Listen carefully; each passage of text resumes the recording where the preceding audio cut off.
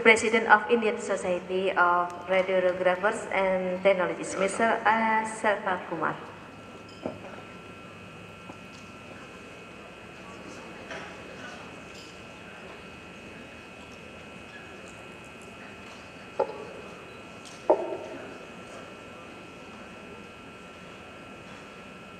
Selamat pagi.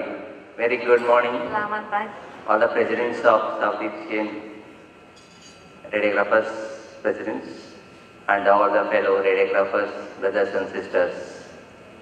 It's my pleasure to be here in the august presence of these distinguished members, the dais, to talk about the Indian scenario of education for radiography and the licensing system. I'm very much grateful for the invitation extended by Mr. Sugianto, President, Indonesian Radiographers Society, and the other members here. Thank you.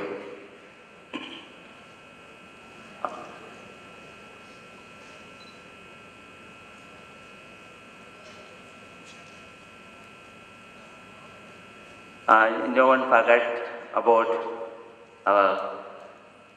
the inventor of the X-ray. Without his name, we are not here to be in the great gathering of this Radiographer Society. He is the first Nobel Prize winner for the physics, and with his support, we are here. Our noble profession here for the paramedical community.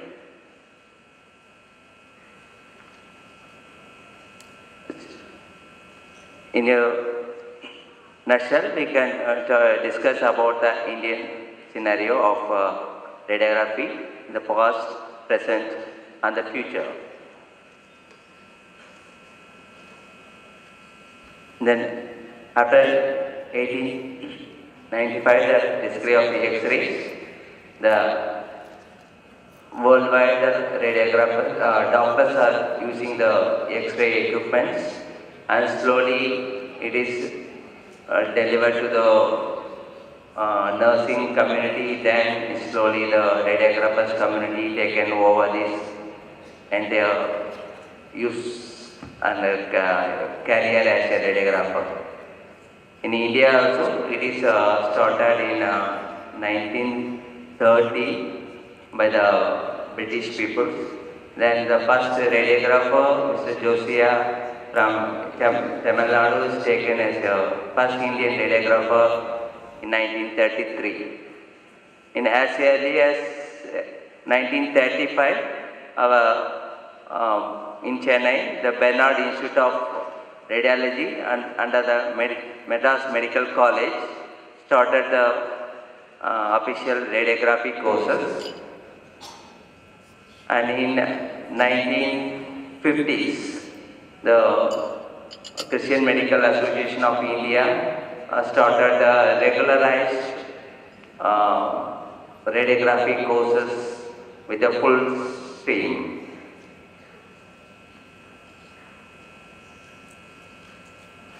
These are some of the earliest pictures, and that's how the modern radiography is evolved.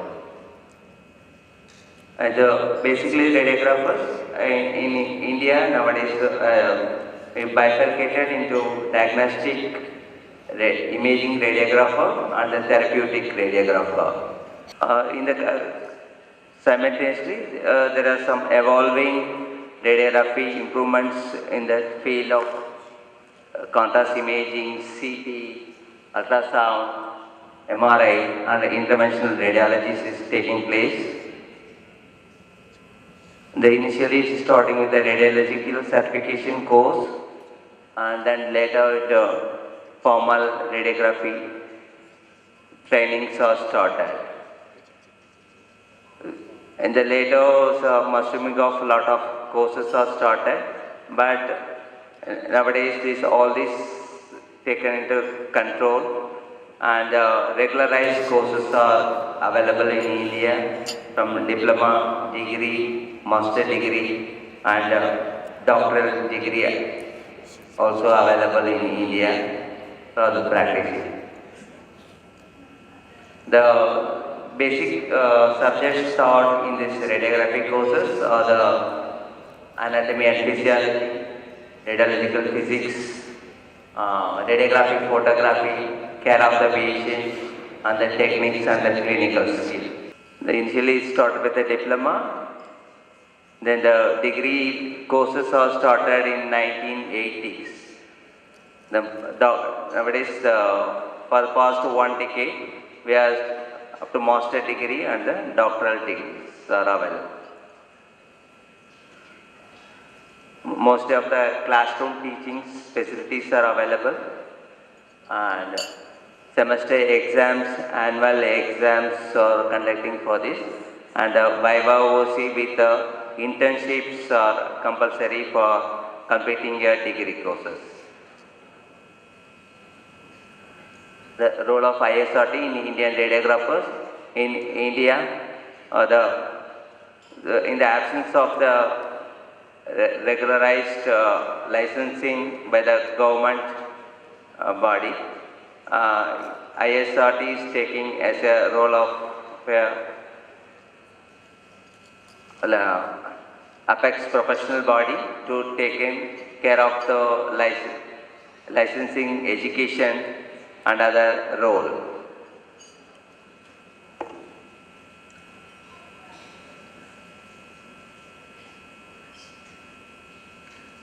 ISRT has been dedicated to carry out non-statutory professional regulation through registration, licensing, and credentialing process to radiographers of Indian origin. As the apex national professional body, ISRT has yet another important obligation in India, that is the comprehensive professional development.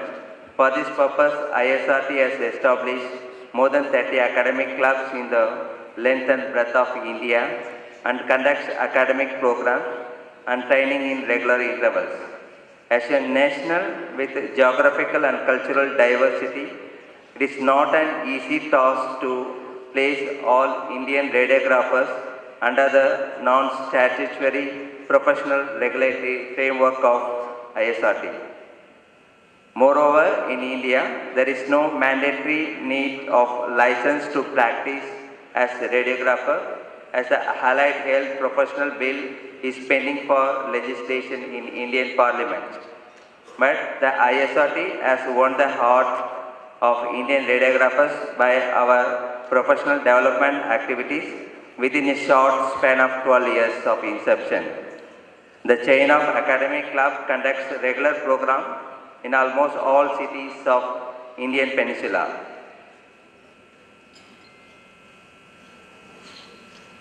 On the major step by ISRT is certification and fellowship program in radiological technology in the formation of ICRT as an academic subsidiary of ISRT. My fellow traveler, Mr. Magesh, is the registrar for the ICRT, and we are planning to conduct some exit program for radiographers for the issue of certification program and some field experts like MRI, interventional radiology, fusion imaging, etc. Also, ICRT has a program like fellowships and memberships in college with strict examination and assessment. ICRT will start its formal function on 8 November 2018. As of now, there is no official licensing system in India. So our organization, ISRT, is taking care of this type of activities. And as all aware that 2 minutes left.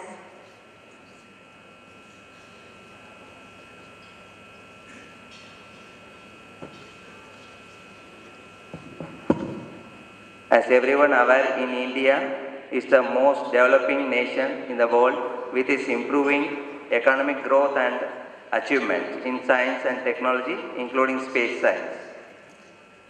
The metro cities in India is a destination for healthcare from various countries, and our medical tourism is also in the growing stage. So, we are taking care of our radiographers of Indian origin working throughout the world. Thank you all. Terima kasih. Thank you very much, Mr. Selvakumar.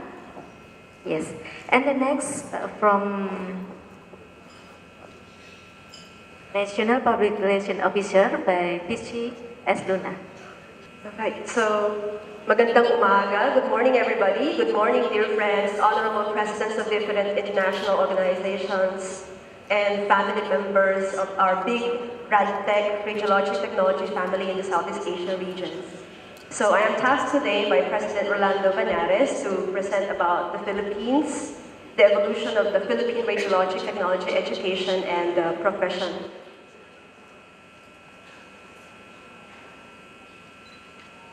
And this is my objectives. So let me start first with the reforms in the Philippines radiologic technology students' education. So with this image that you see here,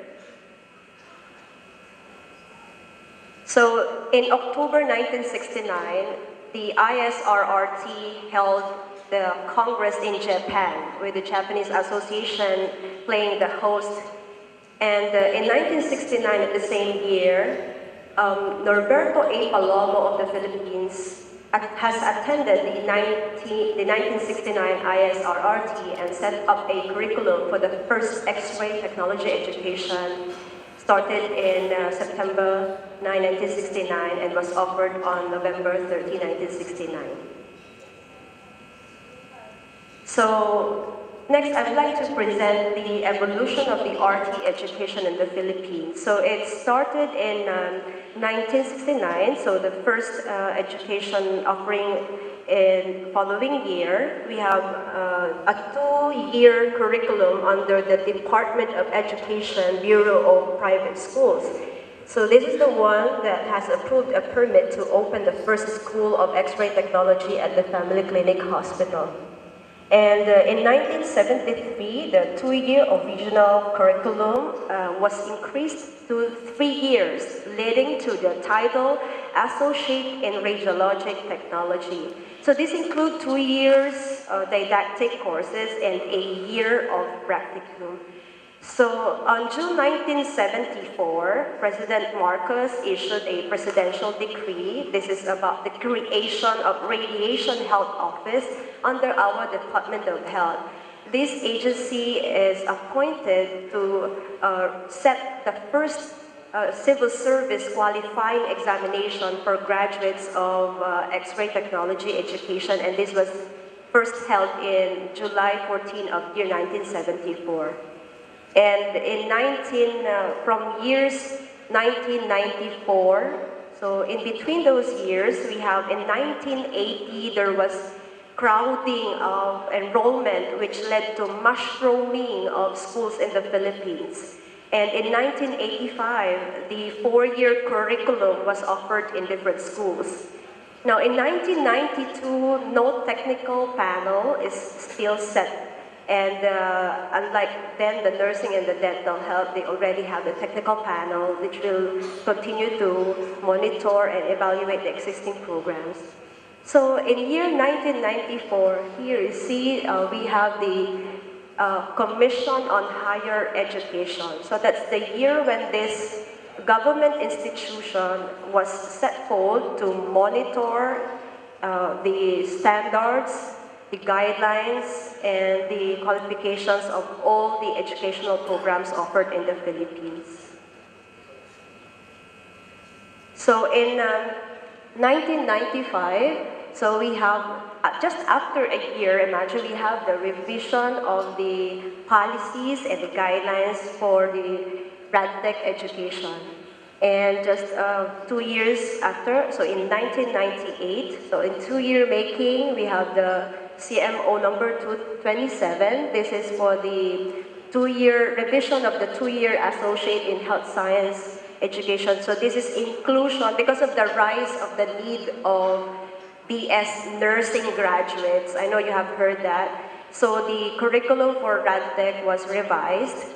Firstly, a student must have to finish a 2-year program. This is leading to a diploma where you can be qualified to work as an assistant to the nurse in the Philippines.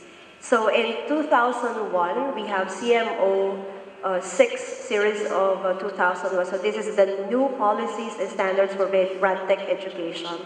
So for like more than 5 years in the making, in 2006 there was the release of another revision of the BS RadTech curriculum. So currently in the Philippines, we have 3 existing programs. If you would like to enroll radiology technology education, you may opt to enroll the first here, the ART. So this is a 3-year course leading to the associate degree in RT. We have a ladderized BSRT embedment with TESDA. This is a non-tertiary course, so leading also to the BSRT. We will have to enroll TESDA programs, vocational courses under TESDA, and that will lead also to the BSRT program degree.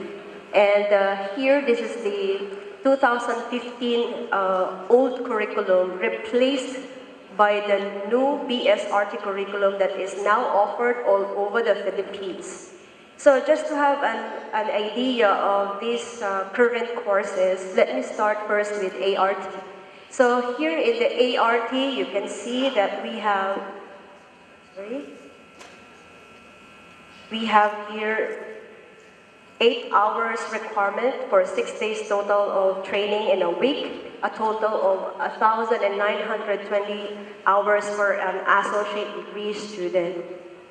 So here we have the embedment of the TVET competencies. So a RadTech, a first year or second year college student under the BSRT TVET embedment program can first study and finish to become a barangay health service, a healthcare service provider, leading to the BSRT degree. And as said, this is the replaced 2015 curriculum by the new curriculum offered now all over the country. So what was the big change here? So first, the approach now of BSRT education is in outcomes-based format. So students are always expected to produce outcomes in all the subjects that they will have to enroll under the BSRT.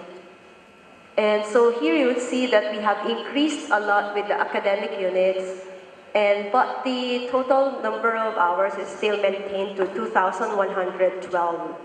So that also means that a BSRT student in his or her last year under the degree will have to complete 6 days in a week, covering 8-hour period of training. So a total of 2,112 hours, or equivalent to 11-month-long training.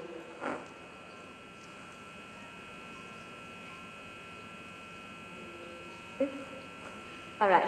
So in the PSA, Philippine Statistics figures in 2017, and consistently with the release of the PSA 2018 in early October. So there is an emphasis that still the radiologic technology under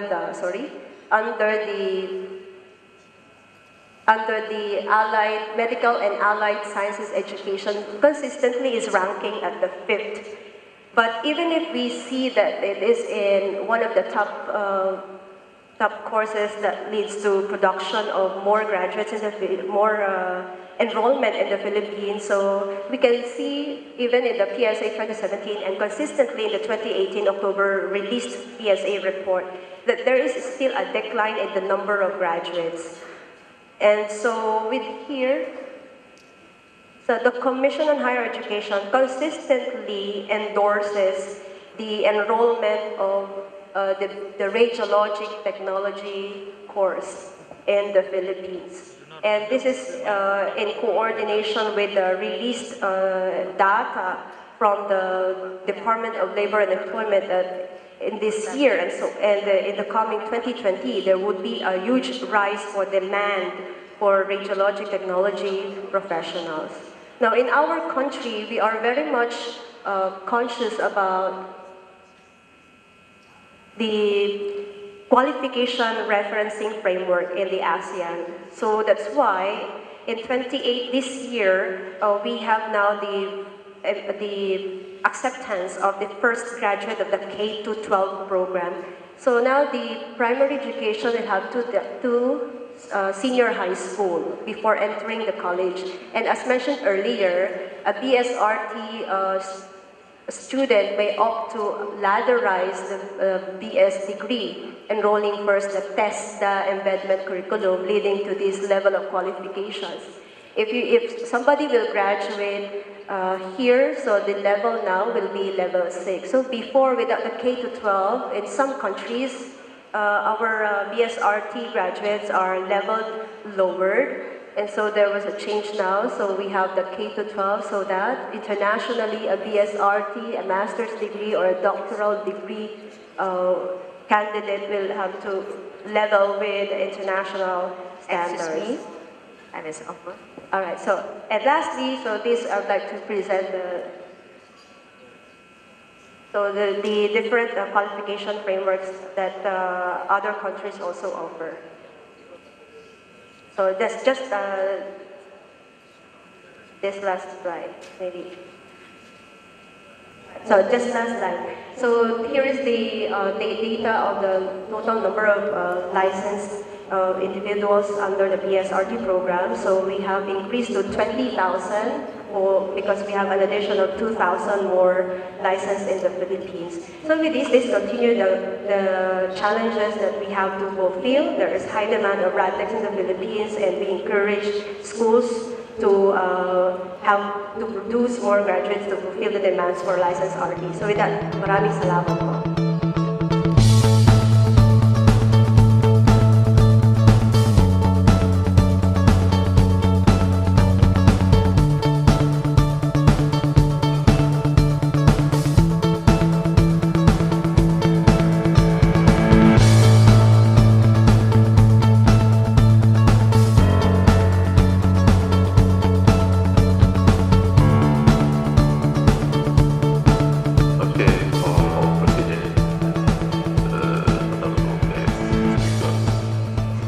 We have a signing of memorandum of understanding with Siemens Healthcare. This is about education and training for the next year, in the 2018. This is the Siemens provided 100 training, education and training for all radiographers in Indonesia. So right now we have a signing of that MOU. Please come for the General Director of Siemens. You may say one or two words on the MOU. Hello everyone, my name is Justin Yu from Siemens Healthineers. I'm in charge of the education business development over Asia Pacific.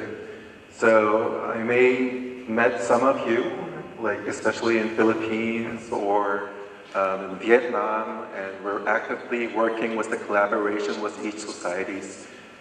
For Indonesia, it's our pioneer project. So with the society itself, we want to contribute to the entire society to deliver more education opportunities. And we made up a draft, a collaboration draft, together with Indonesia Society Paris. And today will be our official signature day. Thank you. Okay, thank you very much. Yes. We propose for a Siemens Education Memorandum of Understanding between Indonesian Society of Radiographers with Siemens Healthineers. Thank you for still being here and joining the program this morning. Today we are pleased to welcoming Ms. Tan Che Kui. Okay, a very good morning to everyone. So this morning I'm going to share on the impact of advanced imaging on radiotherapy. Can I just have a show of hands? How many radiation therapy people here? Okay, thank you. Thank you.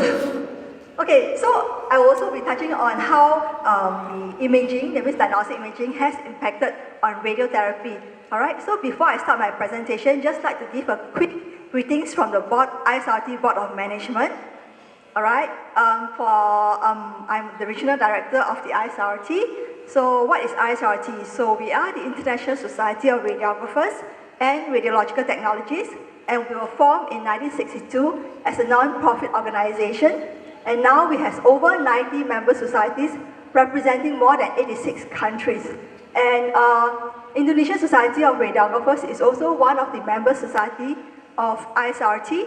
And I would like to take this opportunity to thank Mr. Sujanto and the Indonesian Society of Radiographers for their contribution and strong support to ISRT. Well, ISRT is the only organization that represent all the medical radiation technologies internationally. So the mission of ISRT is, of course, to improve the standards of delivery and practice of medical imaging and radiation therapy throughout the world. So if you are interested to know about international standards, practice, and what is happening in the international arena, please feel free to check out our website, www.isrt.org, or to check out our Facebook. And please help to like our Facebook, all right? Okay, so today this is the content of my presentation. I'm going to touch a little bit about the development of radiotherapy, imaging in radiotherapy, and of course the impact of advanced imaging on radiotherapy. Okay, as we all know, radiotherapy is a type. It's a type of cancer treatment that uses high doses of radiation to destroy cancer cells. So it can be used alone or in conjunction with surgery or chemotherapy to help to destroy cancer cells. So radiotherapy can be divided into two different types, where you can deliver radiation through external beam radiotherapy or the internal radiation therapy, which is also known as brachytherapy. So for the external beam treatment, radiation is delivered through the machines and is non-invasive. And whereas for brachytherapy, usually there's insertion with radioactive source, and it is a slightly invasive procedure where you insert the radioactive source near to or close to the target area. So this is a summary of the milestone of the delivery of cancer radiotherapy and imaging. So radiotherapy has come a long way since the discovery of X-rays by William Röntgen in 1895. So in the early days, X-rays was used to treat superficial lesion. And only in the 1950s, with the development of cobalt machine and linear accelerator, we are able to treat more deep-seated tumor using this mega voltage machine. And in the 1965, with the development of multi-leaf collimator, we can do more fanciful treatment in radiotherapy. And of course, with the development of MRT and MR-Linac, the radiotherapy arena become very interesting. So, how is imaging related to radiotherapy? Well, imaging plays a very critical role in radiotherapy, because in the early days, we depend on imaging to help us to locate the treatment area. So in the early days, the treatment machine were not able to plan using CT images. So we will only be able to treat patients using orthogonal film. So as you can see over there, so this is what we can acquire, and the doctors have to transfer whatever they see on the CT images onto this 2D film. So they can actually, if they can palpate the tumor, they will wire out the tumor. And if this is the area that they do not want to treat, so they will contour out. And this is the area where we'll create the block to shield off the area. So in early days, when patients come for radiation treatment, you usually see boxes, rectangle, square being drawn on patient. So that is where it will indicate where is the treatment field. So treatment field is usually defined by the X and Y jaw. All right? And then during treatment planning, this area that we want to treat will need to be translated in 2D, and that's where we do treatment planning.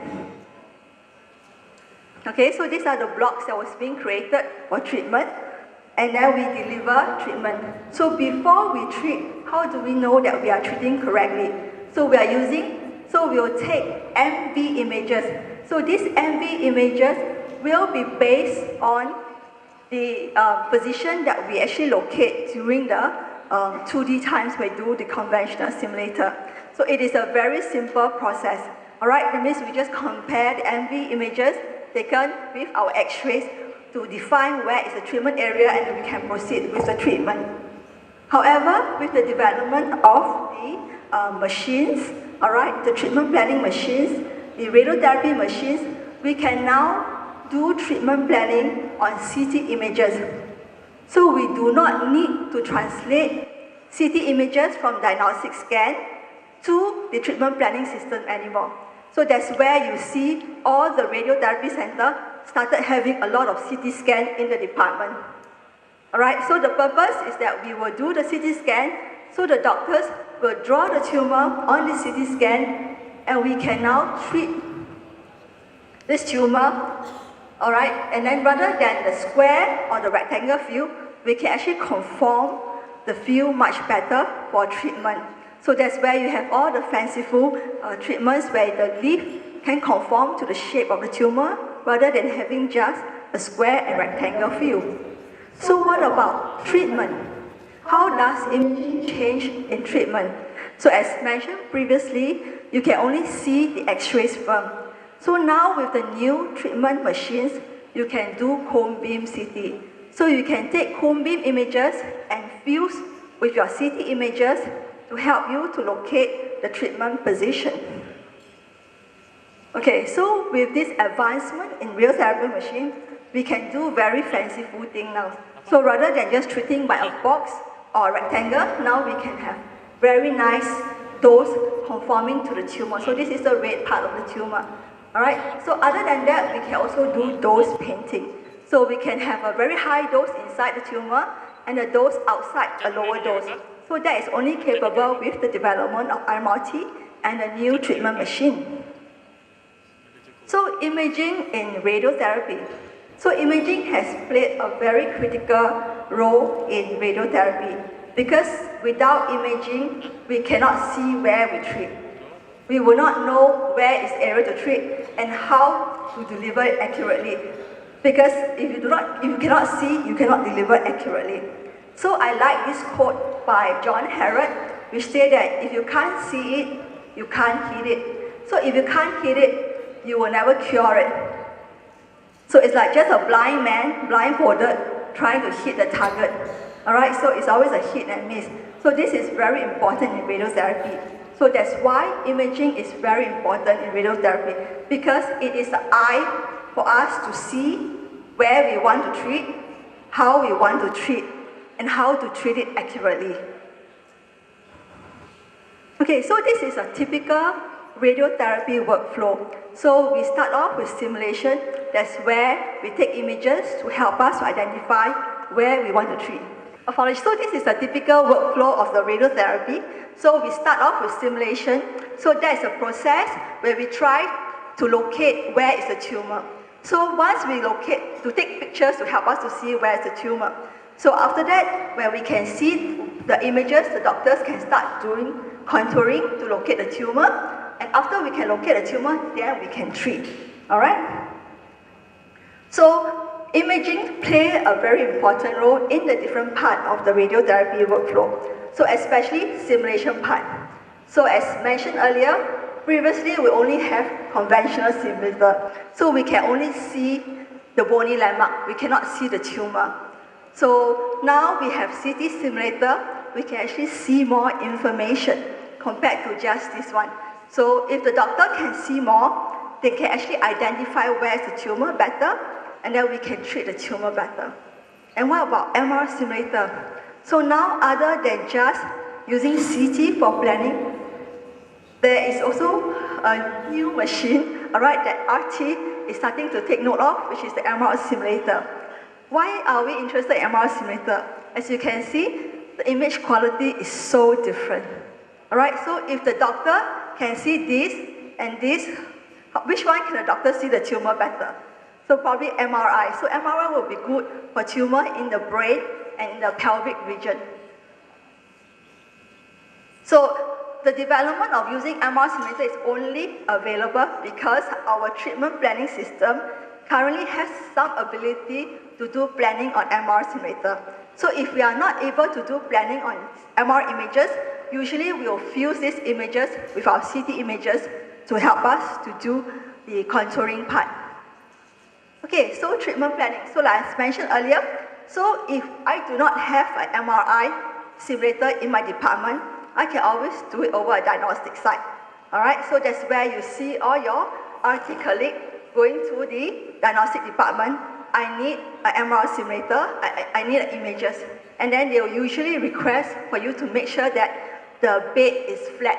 They do not like the curve, okay? Because we try to fuse this with the MRI images from the diagnostic scan. So what is the purpose? Because we want to see the tumor better. Because there's a limitation in the different diagnostic modalities. So CT is better in certain areas, and MR images are better in certain areas. So if we can fuse these two images together, it is easier for the doctors to identify the place that we want to treat, all right, and then the place that we don't want to treat. So other than MRI, the treatment planning machine can also now fuse with PET. All right, so we can have PET, we can see the functional activities, all right, to help us to better identify and locate the treatment position. Okay, what about treatment delivery? Is there any improvement in treatment delivery? So previously, we can only do MV images. So if this is the area that we want to treat, all right, so we have to take this to verify before we can actually treat the patient. So this is what we call MV image. But now our machine is much more smarter and better because other than just taking MV images, we can do KV images, which give us a better quality, and we can also do a cone beam CT. So of course the cone beam CT, this is a cone beam CT, this is your normal CT. So the cone beam CT images is taken on the machine by the linear accelerator. So you can see the image quality is not as good. But if we can fuse these two images together, we can know whether our target is located correctly, whether our position is accurate before we start the treatment delivery. So at every stage of the treatment planning, radiotherapy delivery, from the simulation to the treatment planning to the actual treatment delivery, you can see we all need imaging. All right, so without imaging, we will not know where to treat, okay, how to treat, and then how to treat it accurately. So with cone beam CT, where we can see everything in 3D, is it better than just seeing the bony structures to help you to identify your tumor? Okay, so this is the another example of fusion with cone beam CT. So you can see cone beam CT, the images can be quite bad. All right, so this is a CT simulation. So other than just fusing up, you can see whether the tumor is accurate every time before you start the treatment delivery. Okay, other than using MRI images, CT images, all right, what other areas of advance is being used in radiotherapy that we have adopted, that we have taken from the diagnostic side? So what is the latest, most advanced imaging in diagnostic? Okay, so in radiotherapy, we have also tapped onto 4D CT in diagnostic imaging to use it in radiotherapy. Because traditionally, for many years, we have always ignored motion in radiotherapy planning. Why do we ignore? Because there is no technology to help us to track the motion, especially in the lung, in the abdomen. Okay? Traditionally, radiotherapy has always been taken at a single phase. So if you go for a CT simulation, it is the images being taken at a single phase, especially when you are breathing. So if the images was being taken at maybe the inspiration part, but during the treatment, the patient is breathing in and out. There's no breath hold stop. So how accurate can you locate the tumor?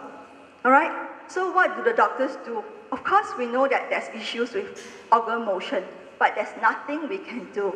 So what the doctors do is, of course, we can ignore. We give a big area because we know that there's motion. So instead of just treating the tumor area only, the doctors usually will draw a very big area so that we can account for motion. All right? So if you don't want to treat such a big area, what is another way that you can do to limit the motion? So you ask patients to hold their breath. So sometimes maybe the diagnostic radiographer may be wondering, why are radiation therapies so cruel? Why do we torture our patients that we ask patients to hold their breath during treatment? They cannot breathe during treatment. This is because we want to limit the motion, especially for lung treatment. Because if you breathe a lot, especially during the first day when you do your CT simulation, patient is very nervous, so they breathe very hard. So the tumor moves up and down a lot.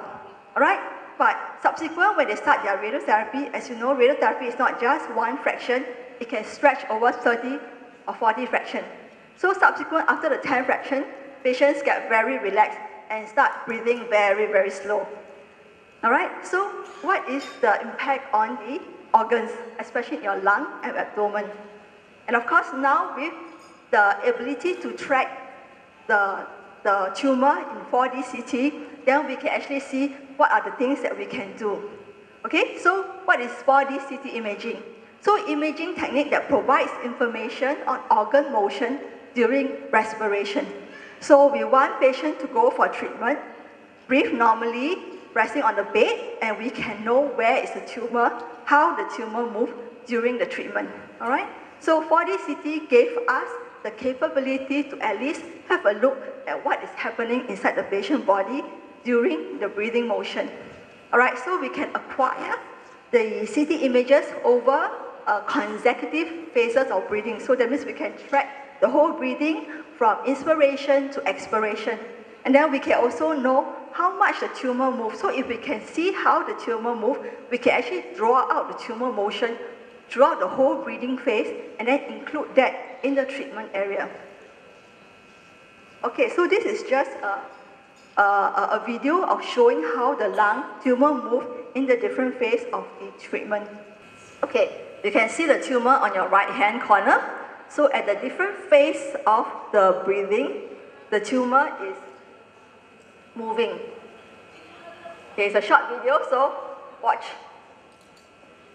Okay, so now you can see the tumor. So if we capture, if during CT scan,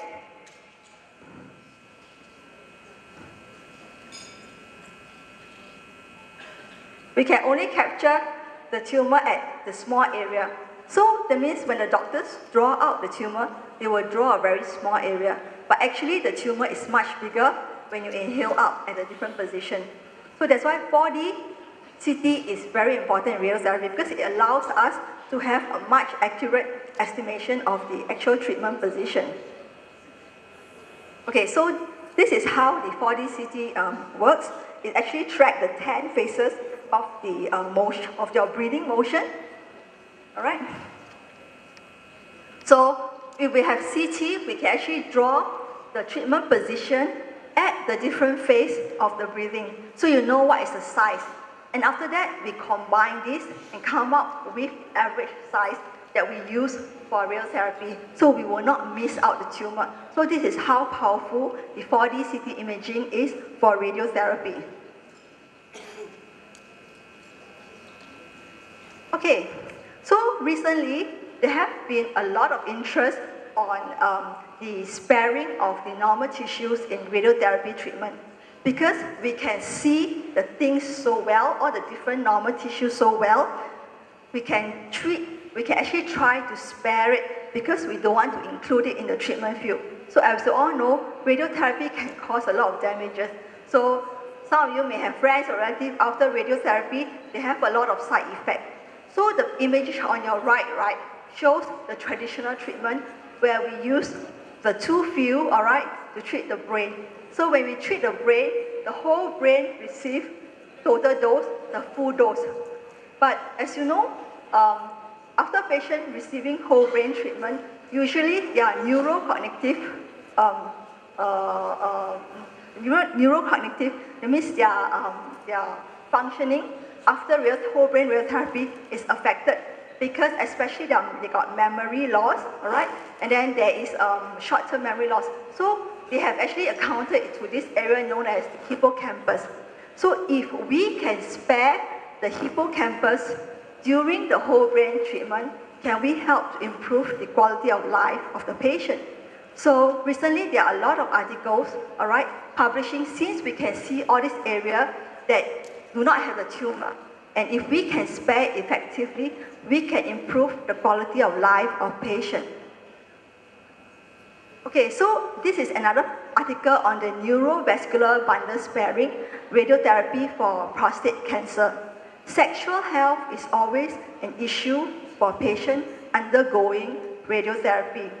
Traditionally, if patients just go for surgery, all right, the bundle, neurovascular bundle, is always spared and will not resected during the prostatectomy surgery. But however, in radiotherapy treatment, if patients do go for radiotherapy treatment, this whole area, the neurovascular bundle, will be treated to the full dose because it's so close to the prostate.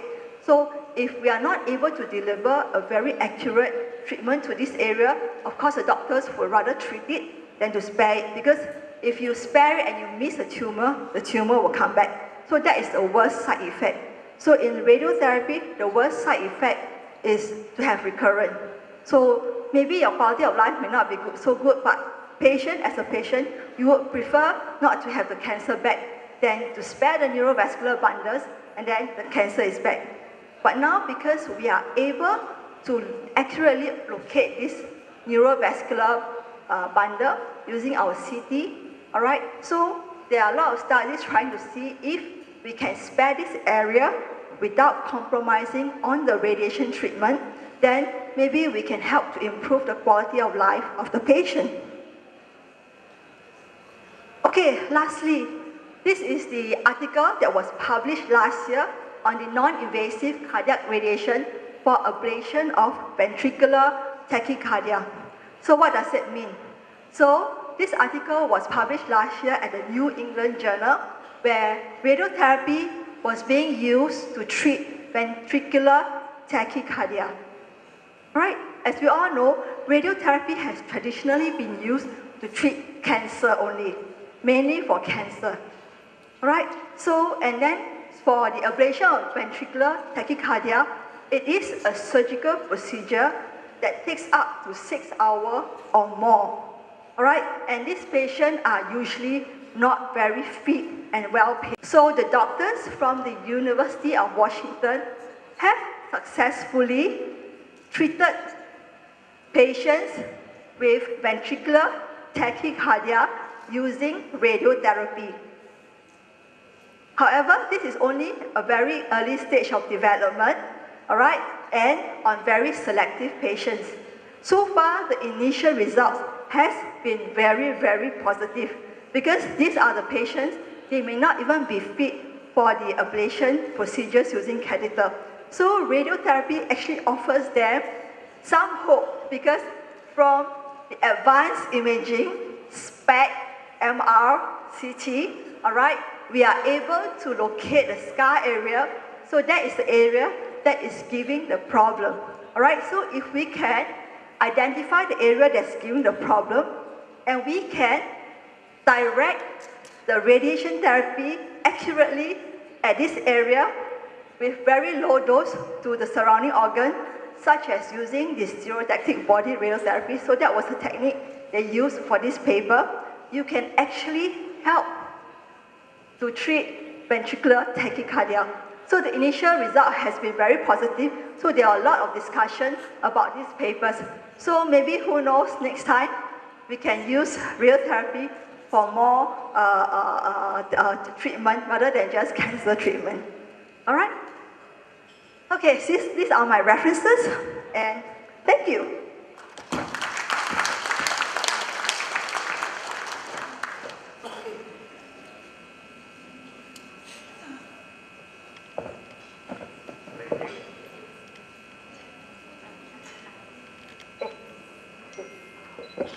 Okay, thank you, Ms. Jekwi. You have a good presentation. I'm sorry for this session because of limited of the time.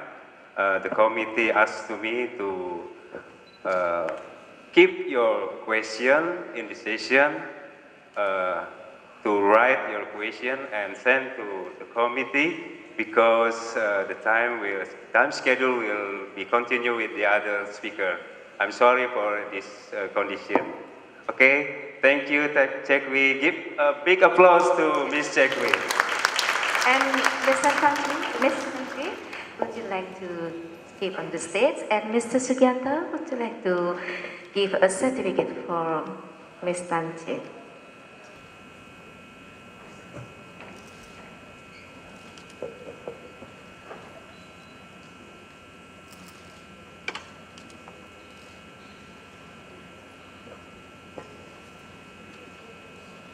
Thank you very much, Irma. Thank you for the introduction.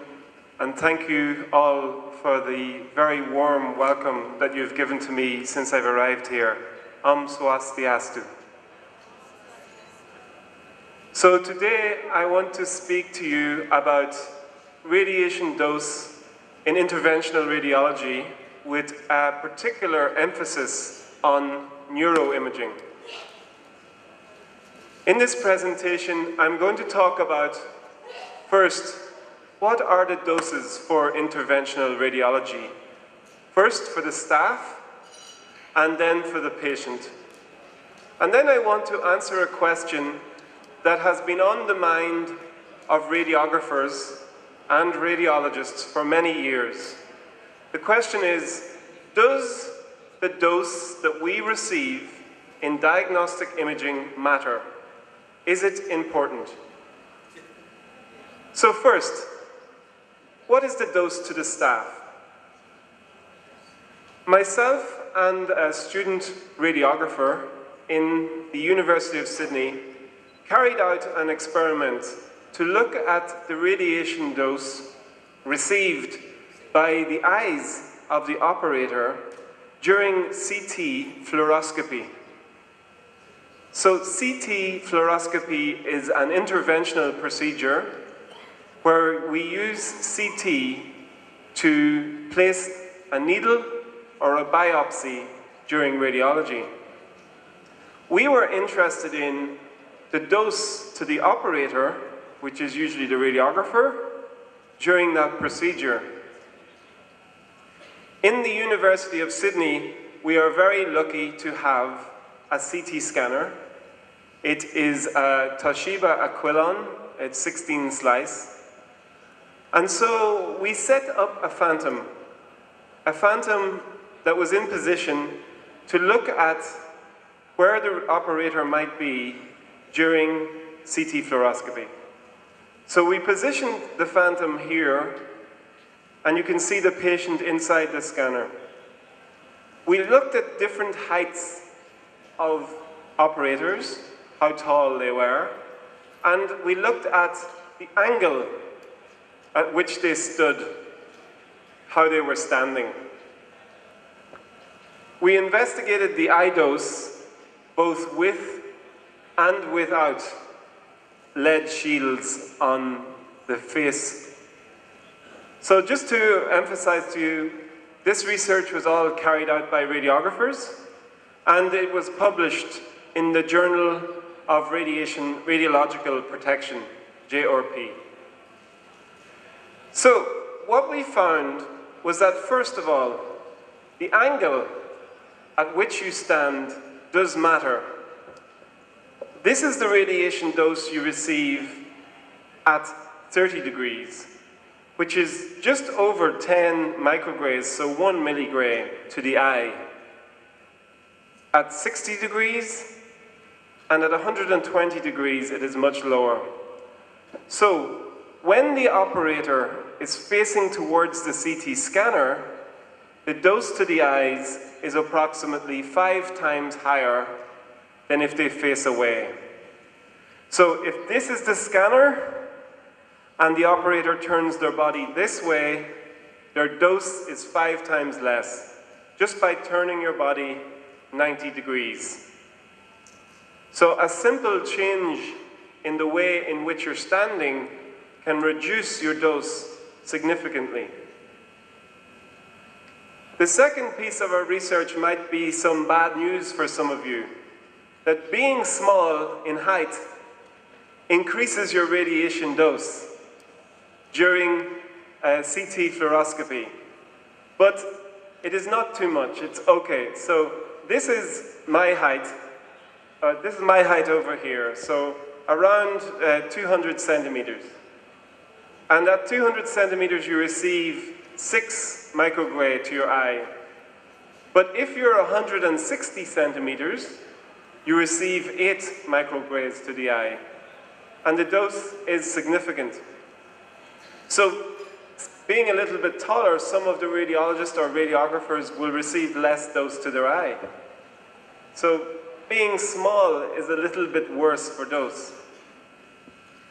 And finally, we looked at exposure factors. And this will not be a surprise to many of you, that the higher the KVP, the worse the dose. So this is 125 kVp with 10 MAS, and this is 135 kVp with 30 MAS. So you can see that the dose increases significantly with kVp and MAS. So in summary, operators during interventional procedures with CT will receive doses that are equivalent to 1 milligray to the eye. So it is not very high, but it is still 1 milligray for one procedure. Okay, so you do one procedure, you get 1 milligray. You do 10 procedures, you get 10 milligray.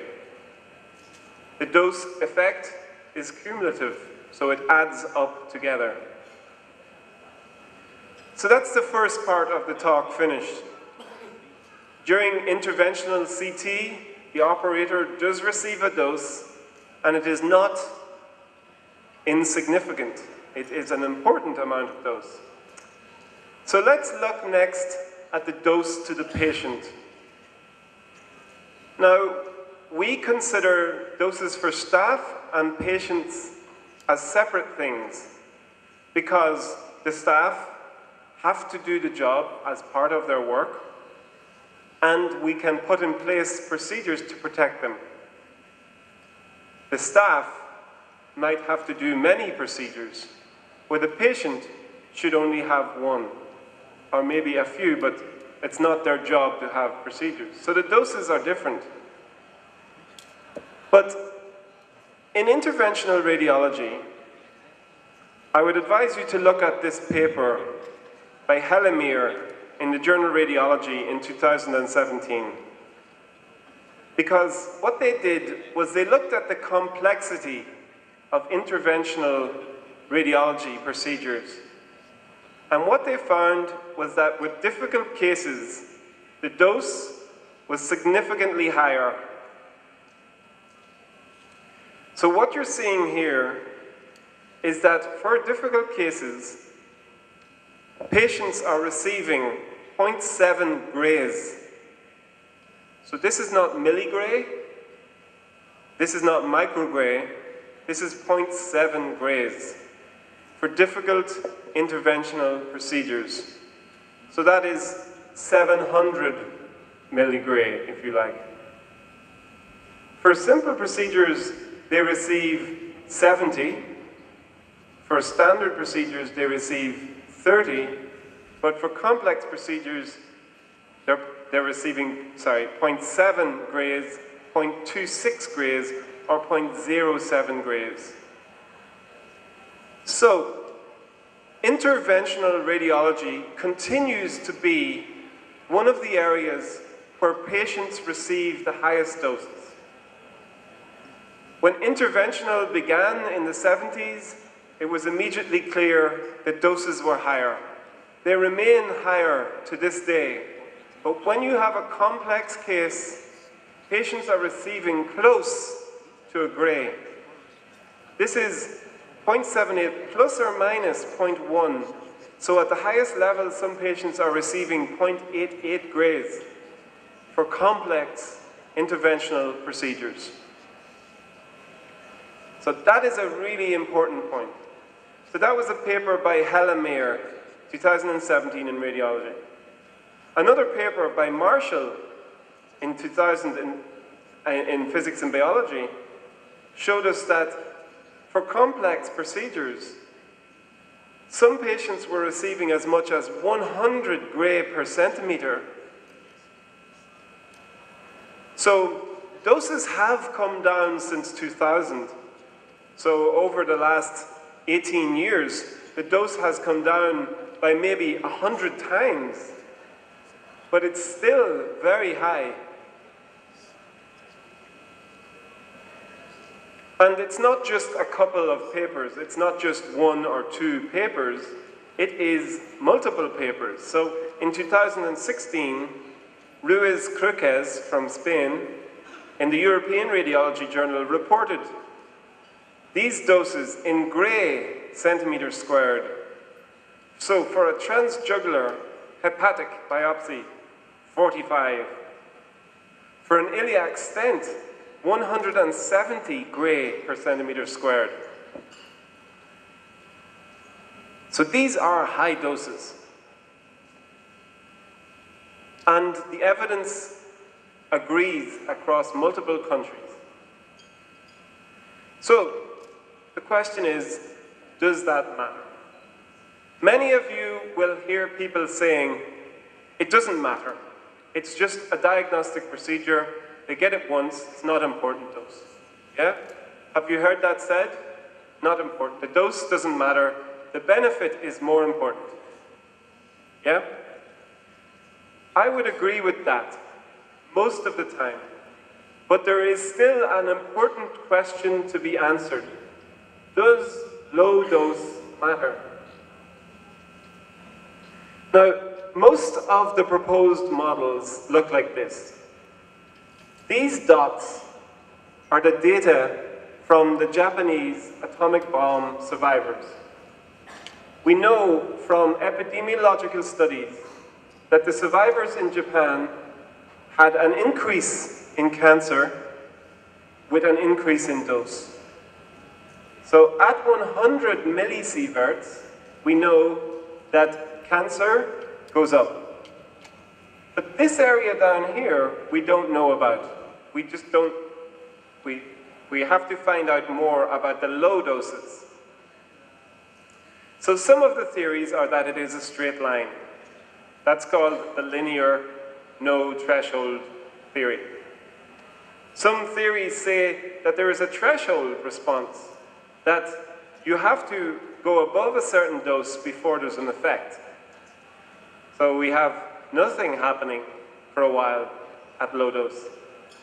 Some theories say that there's a hormesis effect, that in fact a low dose of radiation is good for you, that you kill some cells that should have been dead, and your body is better for that.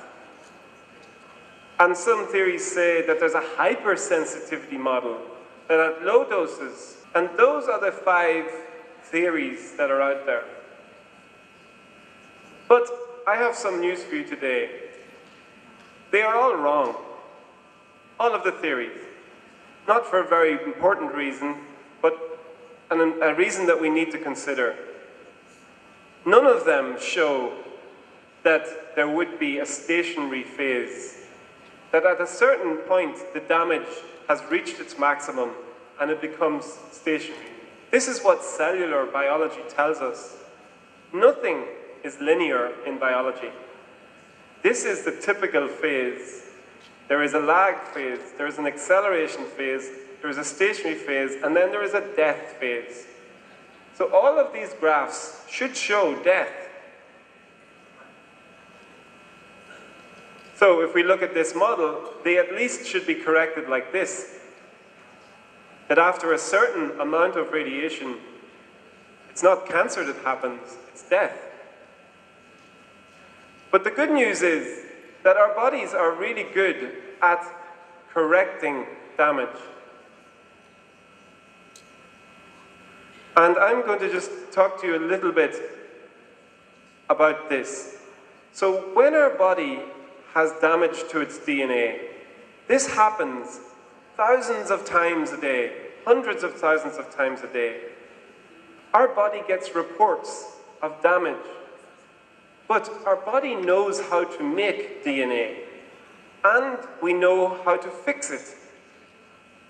So once damage occurs, a process happens in the body, and the damage happens to you all of the time. Enzymes are then sent out to fix that damage. So the enzymes come to the damaged DNA, whether it's from smoking, whether it is from radiation, whether it is from sunlight. You could have damage caused by hydrogen peroxide in your body, and there are special ways in which our body can repair that. So here's an X-ray. An X-ray can break apart the DNA. It can break apart a single, or it can bring apart double. A double strand break can cause a cell to die. A single strand break can be repaired. So we have, for example, when there's one part of the DNA damaged, your body can take another piece of DNA and join it together so that you get what's called homologous end joining. So the two strands of DNA are fixed. Sometimes the piece of DNA is not available to fix at that location. So instead, we do non-homologous end joining, but there can be mistakes. So sometimes we can repair perfectly, sometimes we can repair imperfectly. But the most important thing to know is that this happens hundreds of thousands of times a day. Your body is repairing your DNA right now as you sit there. And it is complex. But I want to point out, this is the pathway of gene correction. I want to point out BRCA1 and 2. Now, we can watch DNA repairing itself. This is my student. His name is Marcus Kerr. He wrote his name in a cell with laser beams. And as we watch, we can see the red, which is the DNA repair happening in the cell. So it is something that we can watch happening in real time. And let's look at some of the papers about this low-dose radiation. If we can repair, is it important? So, first of all, in 2016, one of the largest studies looking at Japanese atomic bomb survivors was done by Drobkin et al. In Environmental Health. You should look at this paper. What they found was that the linear model is an inadequate description of the relative risk. And for all solid cancers, almost all of the survivors show an excess relative risk, but particularly for women. They demonstrated for the first time that at 10 milligray, so very low dose, 10 milligray, there is a 9.6 to 45.7 times higher prediction than the linear risk would suggest. So this paper, for the first time, is evidence that the hypersensitivity model might be correct. That at low dose is not good for you. That at low dose, we are far more sensitive to radiation, according to this paper. Almost 45 times more sensitive at low dose than we are at high dose. Now, this was a significant breakthrough in what we know. Let's look at another paper by Nguyen et al. In 2015. They looked at cardiac CT angiography.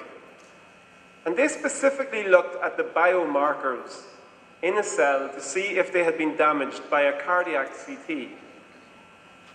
They took 72 patients who had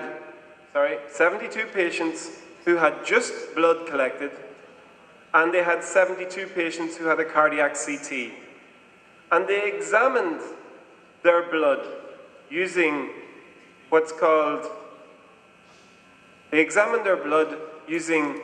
flow cytometry. So flow cytometry is when we can look at each of the cells very fast and look at what happens to multiples of them very quickly. So looking at the DNA damage across multiple cells very quickly. What they found was that even after a CT angiography, which is a low dose, around about 7.5 millisieverts, that 3 of the DNA damage biomarkers were activated. Gamma H2AX, P53, and ATM are all parts of your cells that help with repair. And even after a low dose, these are active. That means your body has been damaged. They didn't examine below 7.5, so we still need to go lower and examine this effect below 7.5. But the most important thing about this study is that in all situations, the patients who had the radiation had higher markers than the patients who did not. Significantly higher, and nothing explains this except the dose. The age doesn't explain it, the sex doesn't explain it, the weight or the race doesn't explain it. Only the dose explains the difference. But here is where you should pay attention. This is the distribution of different doses. But look at these people. This person has had 40% of their cells damaged, whereas this person has had almost 0. Even in a small group of 72 patients, we have this massive range of almost no damage versus 40% of their cells being damaged. There are striking differences between people. And if we look at an individual patient, this patient, patient number 22, even after 16 days, they had still not repaired. So, what is the point? The point is that, does this demonstrate that medical imaging at low doses is causing cancer? No, it is not. But what it is demonstrating that even at low doses, there is damage. And at this damage level, some patients are not repairing. Everybody has BRCA genes. Everybody has them. But some people have damage to their genes. And in these patients, it is likely that the damage is not being repaired. Finally, and this is my last couple of slides, let's look at this paper by Matthews et al. In 2013. They looked at 11 million Australians who had one CT. And what they found was that there was a 34% higher risk for patients developing cancer after one CT. They found that if you had a brain CT or a chest CT, your risk of developing a melanoma or a soft tissue cancer was 4 times higher than someone who did not have the cancer. If you had an abdomen or pelvis, your chances of developing leukemia were 3 times higher than someone who did not have it. If you had an abdomen or pelvis, your chances of developing a brain tumor were twice as high. If you had any CT, the chances of developing a brain tumor were twice as high. So what does all of this tell us? Does the radiation dose that we receive during diagnostic imaging matter? The answer is yes. Evidence is increasingly showing us that even at the low doses that we give during diagnostic CT, people are developing effects after them. At 10 millisieverts in the A-bomb survivors and the atomic bomb survivors, we are seeing 45 times higher cancers. Even after one CT scan, we are seeing 4 times the risk. But the most important thing here is that some patients will be more affected by this dose than others. So what do I think the future is? I think in the future, maybe 30 or 40 years from now, we will know which patients are more sensitive to radiation than others. And we won't send patients for CT or ionizing radiation examinations. We'll send them for ultrasound or MRI guided interventions instead. Right now, we treat everybody as if they are the average. But the reality is that we need to treat everybody as if they are an individual, and some individuals are more sensitive to radiation than others. Thank you very much.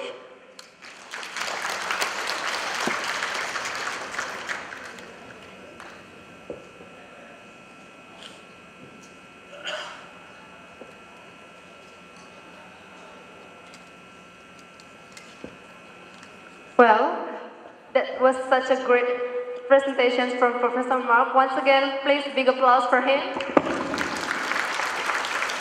Well, I think we still have a little bit of time, so I'll open the Q&A session. For the first sessions, I'll open for 3 questions maybe.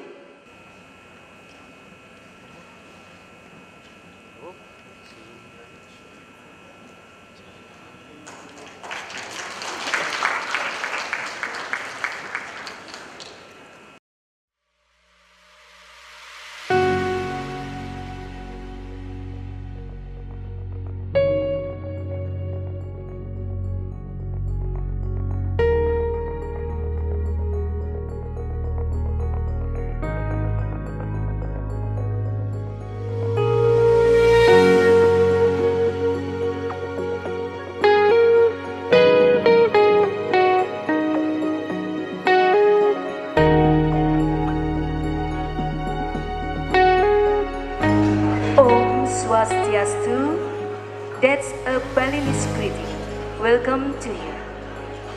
Excellencies, distinguished honorable guests, ladies and gentlemen.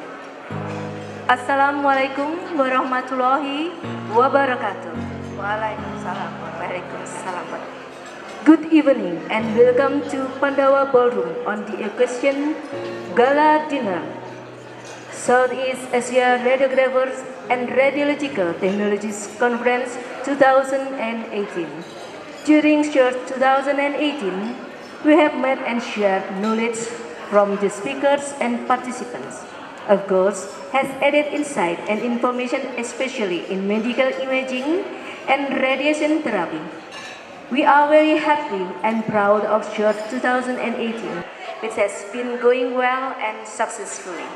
Ladies and gentlemen, as a sign that Indonesian radiographers are happy for Pari anniversary, we invite respectfully to the President of Perhimpunan Radiographer Indonesia, Mr. Sugianto, and the First Lady, Mrs. Fatimah Sugianto, to be able cutting the tumpeng.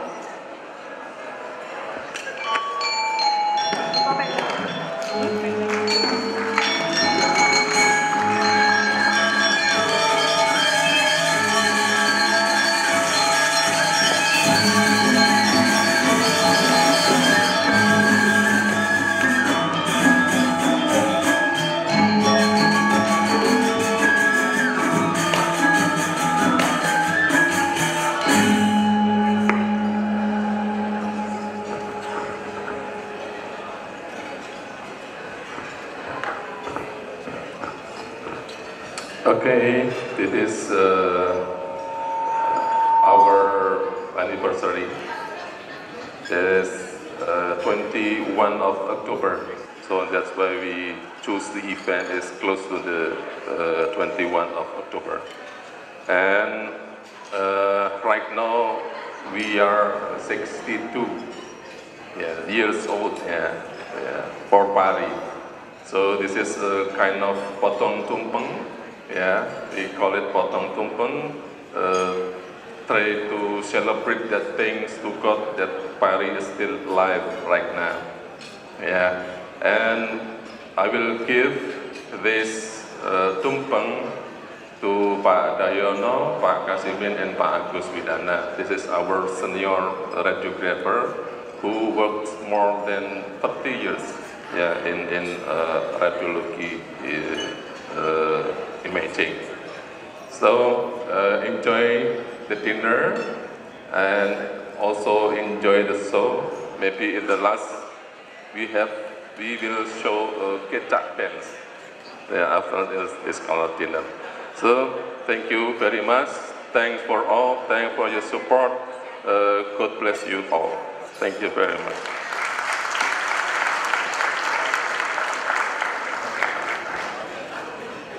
Ya, kami mengundang dengan hormat kepada Bapak Agus Widana, Bapak Dahyono, dan Bapak Kasimin untuk bisa naik ke atas panggung untuk dapat diberikan tumpeng sebagai tanda kehormatan bagi senior radiografer Indonesia.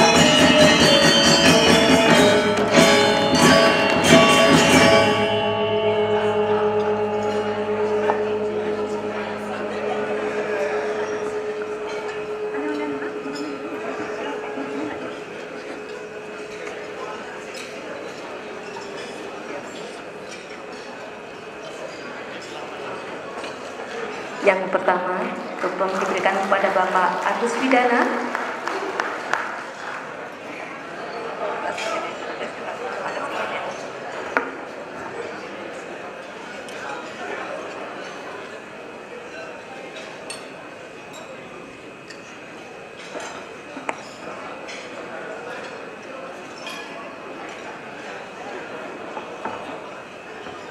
Potongan kedua diberikan kepada Bapak Kasimin.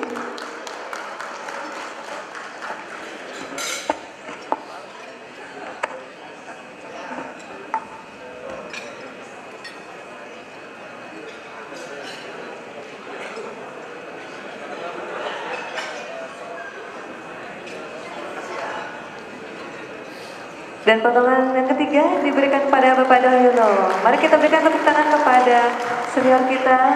Terima kasih atas pengabdian dan lebih dari 40 tahun, luar biasa. 40 tahun. More than 40 years to be a radiographer. Okay, the next agenda is gift exchange. Yes, Mr. Sugianto, would you like to come on the stage again? And we'll invite our president, but the first we will invite the president of Macau Radiological Technology, Mr. Kok Leong K. Fernando, to give exchange. Yeah. Yes.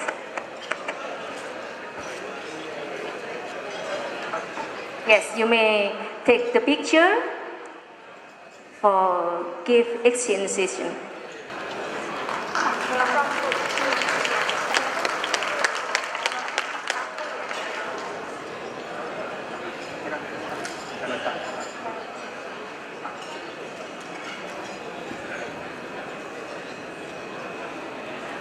Mr.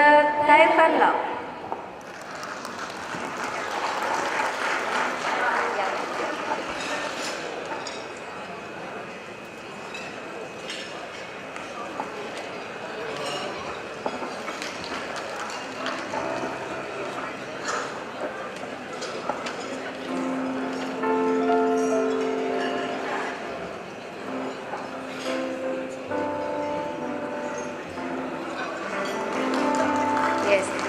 Big applause.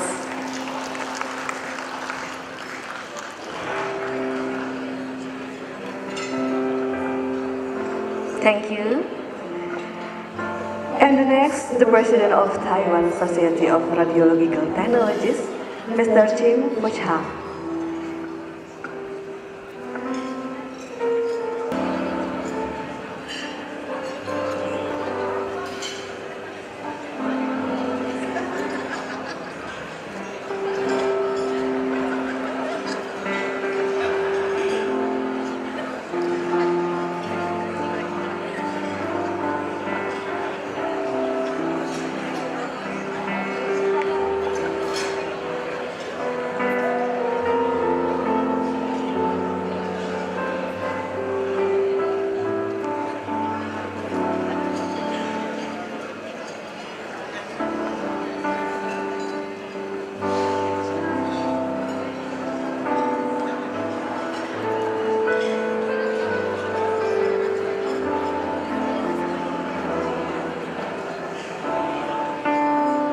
Thank you very much, Mr. Chipochai.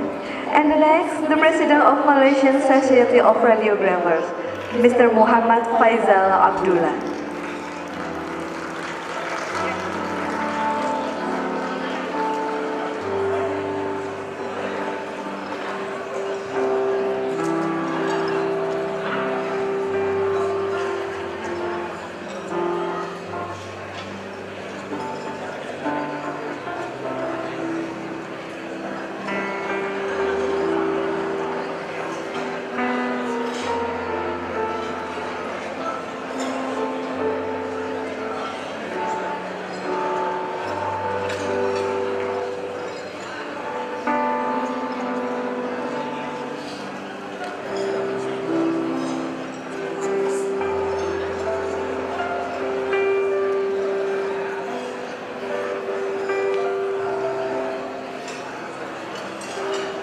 Thank you. Yes. The next, the President of Hong Kong Radiographers Association, Mr. Edward Wong.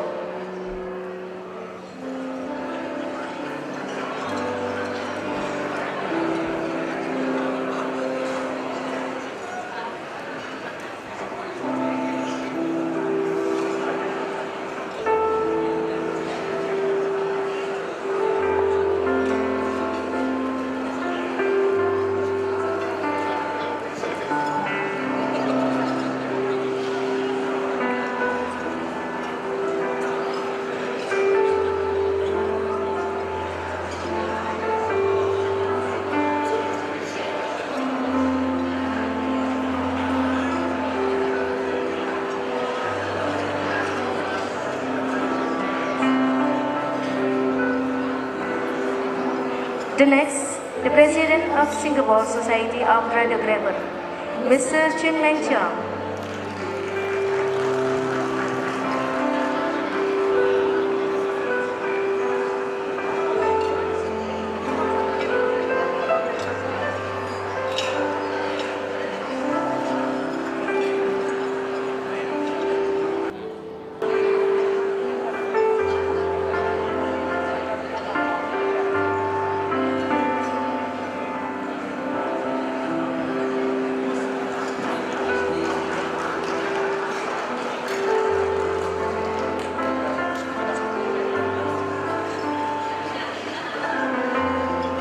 Thank you.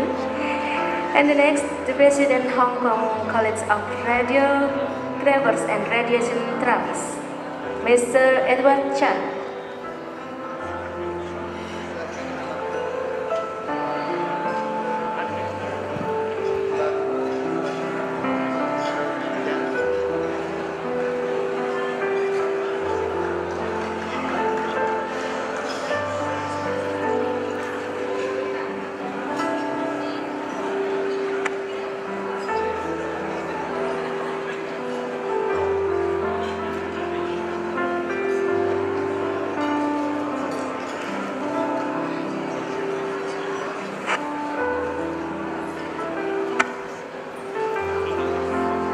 Thank you very much.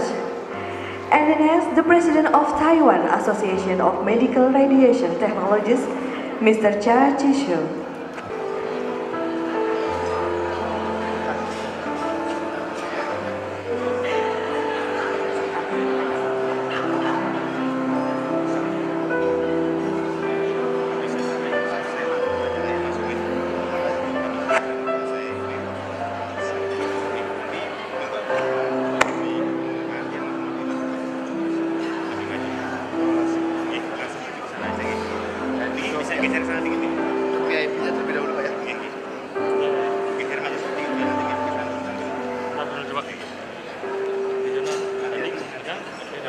Thank you very much.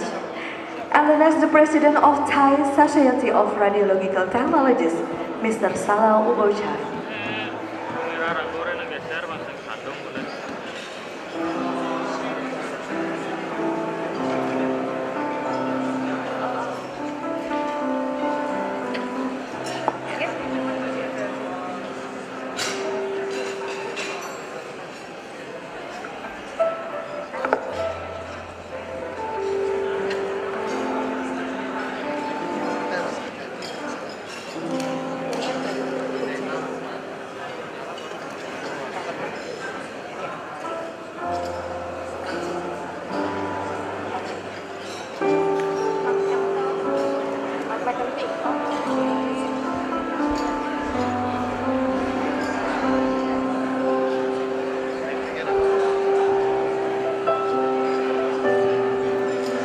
Next, the President of Philippines Association of Radiologic Technologies, Mr. Rolando Banares.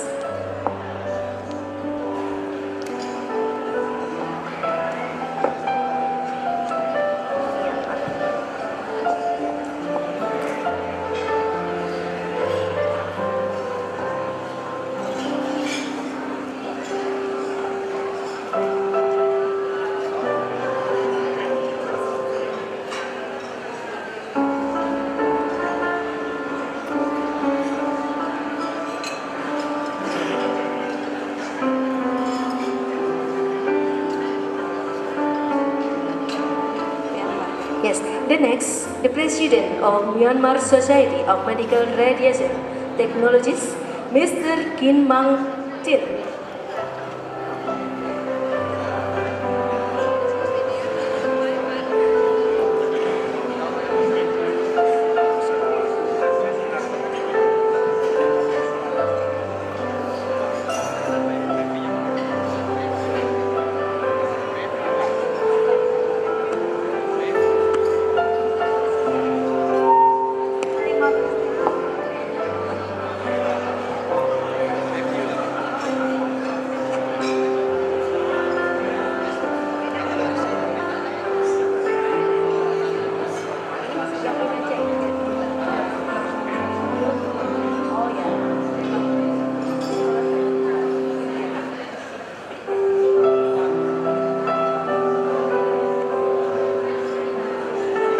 Thank you very much. The next, the President of Indian Society of Radiographer and Technologists, Mr. R. Salam Kumar.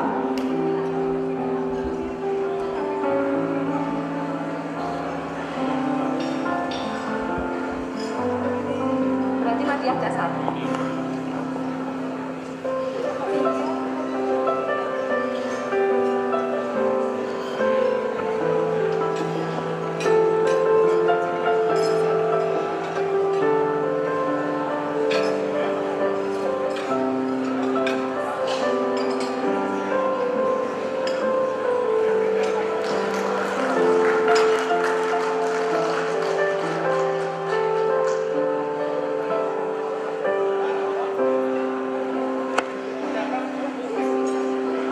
The next questions for the speaker, we invite Mr. Napapong Pongnapang.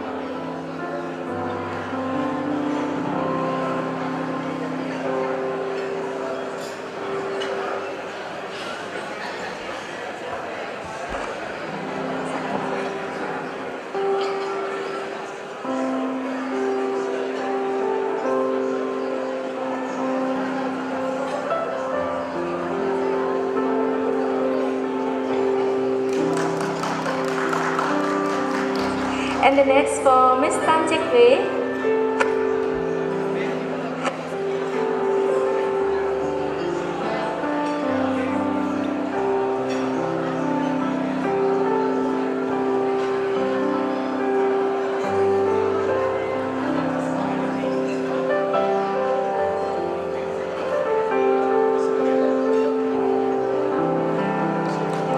And for the next, please, Professor Mark McCarthy, would you like to come to on stage?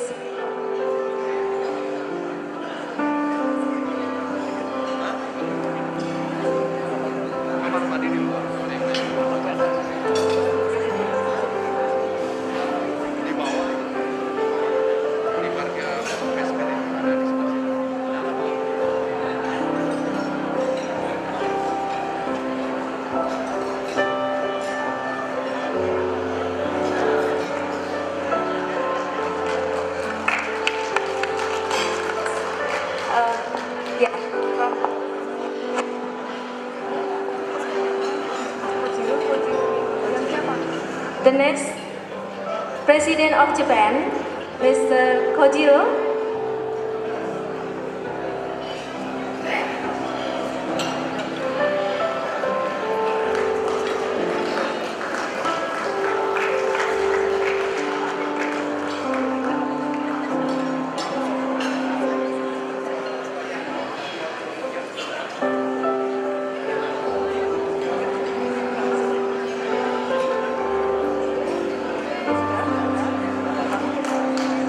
Yes, that's all.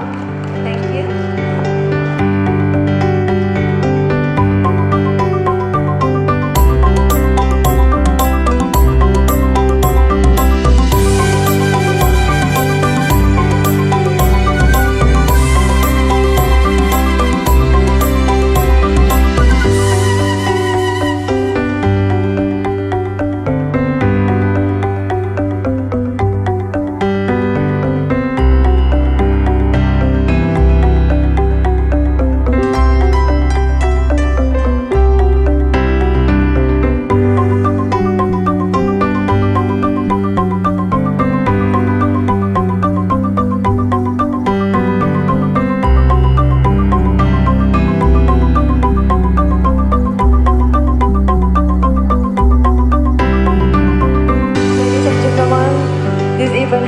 Successfully because of the participation of all vendors. For that, we would like to invite the vendors are PT Fuji Film Indonesia, PT Siemens, and PT GE Healthcare to take in certificate appreciation from the President of Indonesian Society of Radiographer. Please to Mr. Sugianto be able to submit the certificate appreciation.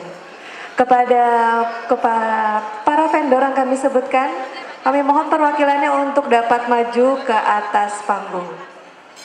Dari PT Fuji Film Indonesia, dari PT Siemens, dan PT GE. PT Siemens,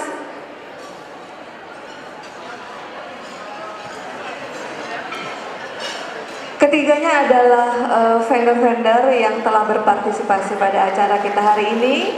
Dan tadi kita juga sudah mengikuti paralel simposium. Betul nggak ada ya? Sudah mengikuti paralel simposium dari 3 modalitas. Dari City Siemens ya. City dari Siemens yang dibawakan oleh dari tim Siemens, MRI dari tim GE, dan terakhir di Arpex SEARC dari PT Fuji Film Indonesia. Kita beri tepuk tangan atas partisipasi dan kontribusinya dari para vendor yang malam ini diwakilkan dari ketiga vendor yang sudah hadir.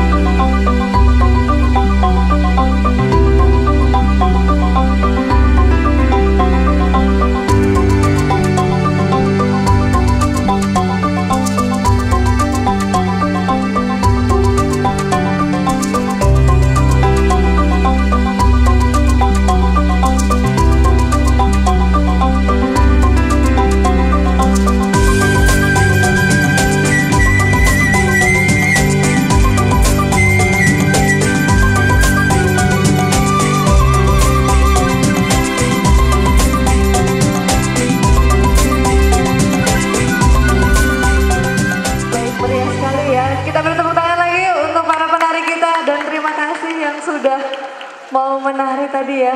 Gak nyangka ya, tamu-tamu kita dari luar negeri juga luas-luas loh narinya. Bisa nari Bali. All of our guests can Dance, Bali dance. Baik, kami telah menyiapkan door prize, mungkin ini juga yang ditunggu-tunggu nih sama peserta. Ya. Ada door prize yang sudah disiapkan, jadi kami akan mengundi. Siap-siap nomornya ya, kita lihat. Ya. Ada berapa door prize? Ada 4, ada 4 door prize. 4 door prize. Oke, kemudian nanti yang akan muncul adalah 3 nomor terakhir. Jadi coba dicek dari ID card-nya. Oke, 3 last number. The last number. Oke. 3 ya. 3 nomor 3 terakhir. last number. Oke, 3 nomor 3 terakhir last yang ada di ID card. Sudah siap Mas Hariri? Oke. Oke, siap ya. Kita acak angkanya. Kita acak angkanya. Oke, Mas Hariri.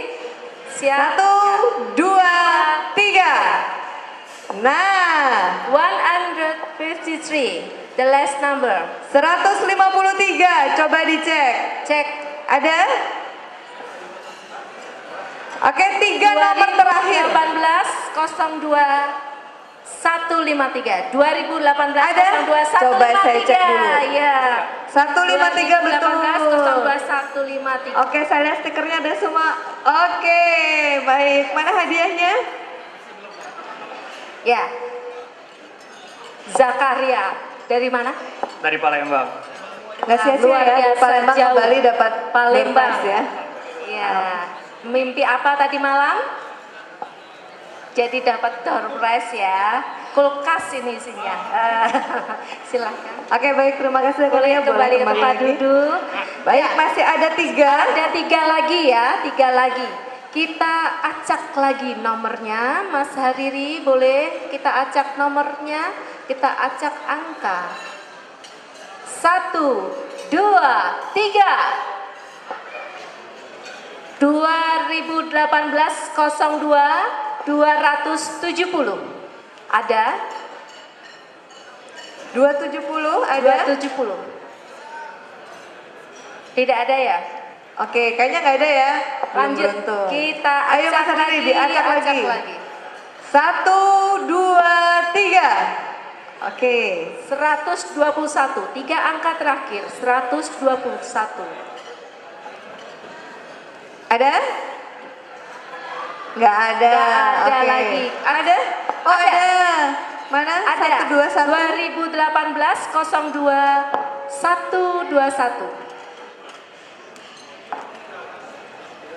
Door prize itu ditunggu-tunggu sama peserta. Biar dapat oleh-oleh dari Bali apa ya door prize-nya. Nah, untuk panitia sudah menyiapkan 4 door prize. Tadi sudah 1. Yuk Mas, semangat Nah, nih. sekarang Kita yang kedua. dapat door prize ya. Semangat. 2018 02 121 dari RSUD Dr. Doris Palu. Kalteng. Oh, Kalimantan Palangkaraya ya. Silahkan difoto dulu Mas. Boleh Mbak Sinta?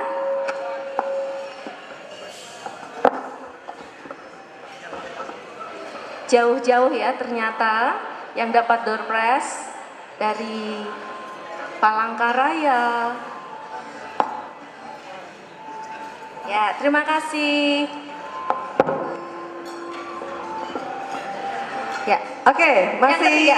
ada 2 ya. Oke, Dua lagi. 1, 2, 3. Nah, 399 ada? 399. 399. Ada? Gak ada? Gak ada. Saya Oke. pikir ada yang berdiri tadi nomor yang Kepengen ini. itu, kalau Iya, itu kepengen. Sepertinya kepengen ya dapat door prize ya Lanjut Mas ya. Mas Hariri. Oke. 1, Mudah-mudahan 2, ya. 3. Oke, 172. 172. Ada 172. Oh, senang nih. Ini Aduh, beneran berarti. senangnya dapat door prize. Ya. 2018 02 172. Tadi sudah 2 orang radiografer laki-laki ya. Sekarang saatnya wanita unjuk diri ya. Dapat door prize ya. Sering dapat door prize, Mbak?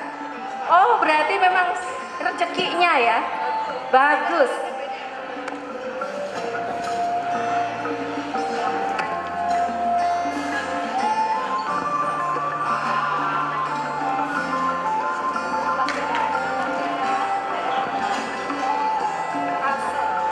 Berarti orang Kalimantan udah dapat 2 nih, Mbak dari Kalsel. Banjarmasin. Dari Banjarmasin. Ternyata Kalimantan sudah ada 2, Kalimantan Tenggara dan Kalsel ya. Kalsel. Banjarmasin dan Palangkaraya. Baik, tinggal satu lagi. Satu lagi ya. Satu Boleh lagi. diacak lagi Mas Aririn? 1, 2, 3. Oke, 2 angka cantik. 68. Lihat 2 nomor di belakang angka 2018-02-068. ID-nya coba lihat 2 angka terakhir ya. Ada? Ini sebenarnya nomor cantik ya, mendekati umur pari loh. Tadi pari 62. Iya. Nggak ada ya? Wah. Ya Oke, sudah. lanjut lagi Kita Mas acak Aririn. lagi. Mungkin yang terakhir. Mulai lagi? Oke. 1, 2, 3. Nah, ini lebih kecil lagi nomornya, Lebih kecil 14. lagi. Nomor 14, ada?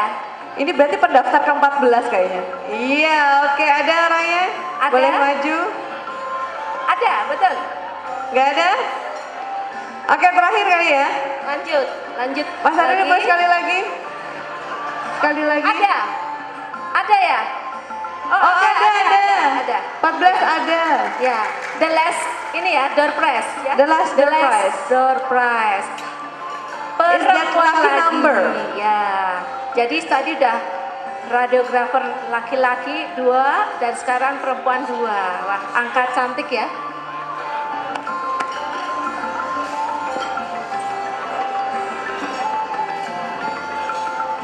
Dari mana Mbak? Dari Makassar. Dari Makassar. Oke, tepuk tangan yuk buat teman kita yang hari ini sedang beruntung dapat 4 door prize yang sudah disediakan oleh panitia.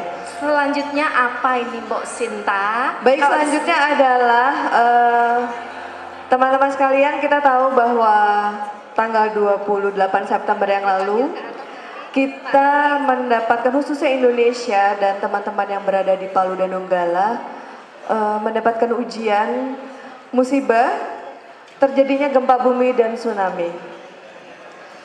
The 7.4 magnitude earthquake and tsunami that destroyed Palu and Donggala in Central Sulawesi on Friday, September 28. Amount is around 1,400 people is dead, and the earthquake destroyed infrastructure and home.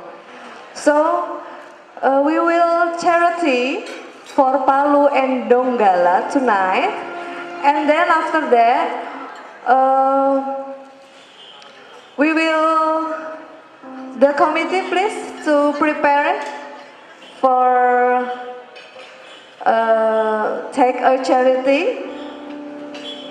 Panitia sudah siap untuk melakukan charity?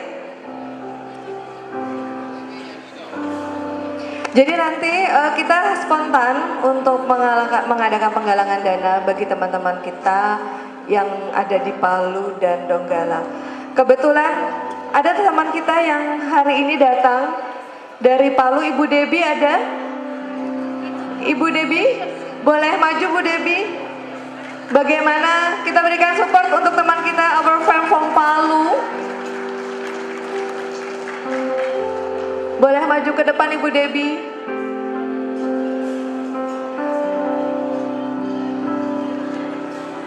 Ternyata Tuhan masih sayang dengan Bu Dewi dan keluarga, jadi sehingga beliau ya hari ini kita undang masih bersama-sama kita. Walaupun setelah kejadian kita ya, semua teman-teman radiografer Indonesia takut, worried about our friend in Palu. Bu Devi, apa kabar? Ya, bagaimana Bu Devi?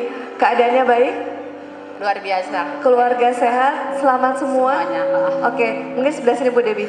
Boleh nggak Bu Devi menceritakan sedikit ke kami sambil kami tunggu dari tim panitia untuk segera mengumpulkan donasi. Bagaimana kejadiannya waktu itu pas gempa bumi di di sore menjelang malam ya Bu ya, jam 6 sore betul. Maaf ya Bu kalau kami harus reminder lagi kejadian itu. Boleh bahasa Indonesia nggak apa-apa. Ya, terima kasih ya. Sebenarnya saya nggak mau mengenang yang kemarin karena kami atas doa dan dukungan ya dari berbagai pihak dan khususnya dari teman-teman radiografer yang ada di Indonesia dan mungkin juga dari luar negeri. Jadi kami jadi semangat ya karena dukungan doa dan tim relawan juga yang tentunya di tim relawan itu ada teman-teman radiografer dan itu menjadi sesuatu kekuatan bagi kami terutama radiografer untuk lebih maju. Artinya trauma kami itu sedikit demi sedikit sudah sudah mulai pulih. Walaupun sekarang ini kita masih ada tetap menyiapkan tenda-tenda untuk para pasien dan kami menerima pasien di luar gedung. Nanti kalau ada pasien mau difoto baru kita masuk ke gedung. Jadi gedungnya sendiri belum aman ya? Belum Ya, dipastikan masih, aman? sampai sekarang waktu saya meninggalkan kota Palu itu tanggal 17 itu masih ada gempa tapi sudah nggak terlalu nggak terlalu besar lagi, mungkin cuma 3 skala Richter ya gitu. Tapi yang pasti Bu Devi dan keluarga selamat. Ya, radiografer juga di Sulawesi Tengah semuanya selamat ya, keluarga dan anak-anak dan tentu saja peralatan radiologi itu tidak banyak kerusakan dan kami masih bisa menggunakan alat radiologi untuk membantu penegakan diagnosa di dalam rangka penanggulangan korban yang luka atau ada fraktur dan lain-lain. Dan itu sangat membantu. Baik, yang pasti kami di sini senang, bahagia, juga tenang Bu Devi karena memastikan Bu Devi datang dengan selamat dan hadir serta ikut bergabung kepada kita. Baik, kita beri tepuk tangan untuk teman-teman kita yang ada di Palu. Terima kasih Pak Gi. Mungkin Pak Gi silakan yang ingin menyampaikan sesuatu. Terima kasih banyak. Ya. Terima kasih banyak ya kepada ya. Aku nggak bisa ngomong lagi. Ya, terima kasih banyak. Ya, udah. Ya, masih ya. Semangat ya Kak Devi, puji Tuhan masih sehat sampai sekarang. Walaupun duka menghantam tapi Kak Devi tetap semangat. She's from Palu, okay? She's from Palu. The radiographer from Palu. So she said thank you for support from the everybody to Palu, especially for volunteer visiting to Palu to help anybody in Palu, and she's very happy can join with us tonight. Dan yang pasti teman-teman juga kita merasa turut tenang ya kalau teman-teman kita yang di Palu juga ternyata selamat. Ya, kami persilahkan kepada tim penggalangan dana untuk bisa bersama-sama untuk membantu keluarga kita di Palu, baik itu keluarga radiografer maupun yang lainnya. Kami persilahkan Mas Yusuf dan teman-teman. Ya, silakan Mas Yusuf.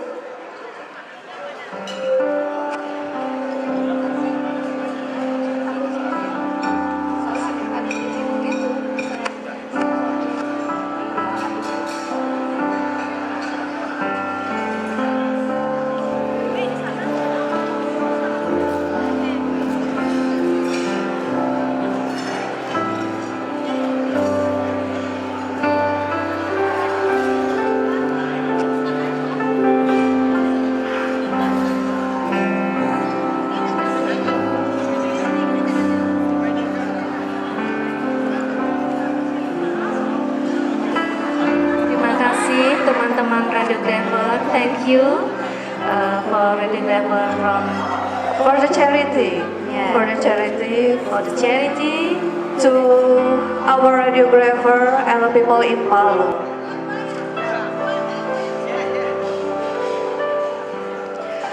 We will calculate it about how much we get tonight, and we can share after this event. And then with the next step,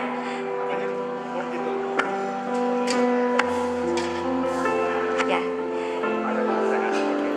And for the next Southeast Asia Radiographers and Radiological Technologies Conference, the next event will be held in Thailand. And for that, we look on the handover just from President of Indonesian Society of Radiographers to the President Thai Society of Radiological Technologies. We invite Mr. Sugiarto and Mr. Salah Ubochai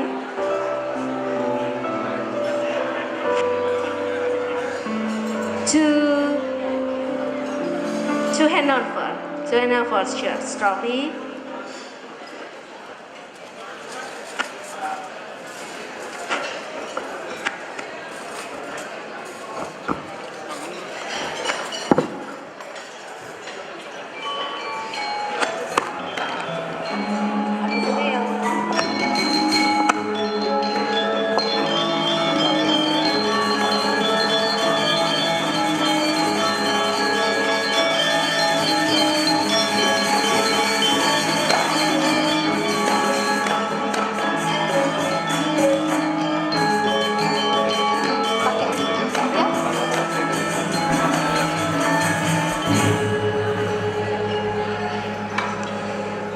Okay, we will hand over the momentum, also the banner, yeah, that the next year the shirts will be held in Thailand. So see you next year in Thailand and Bangkok. Okay.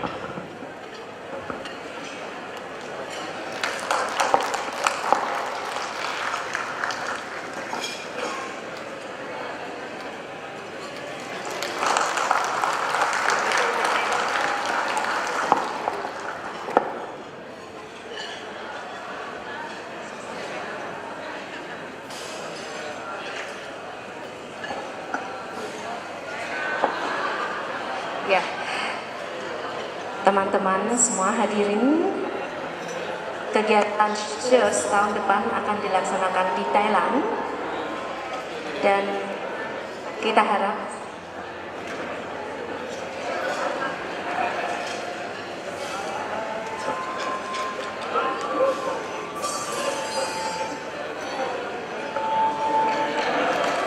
big applause for Thailand and Indonesia.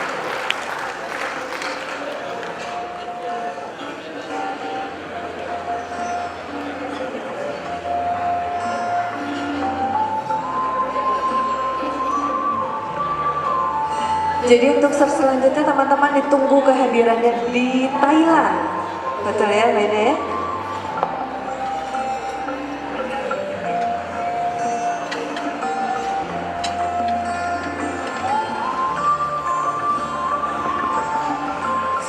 Thank you very much for the Seattle.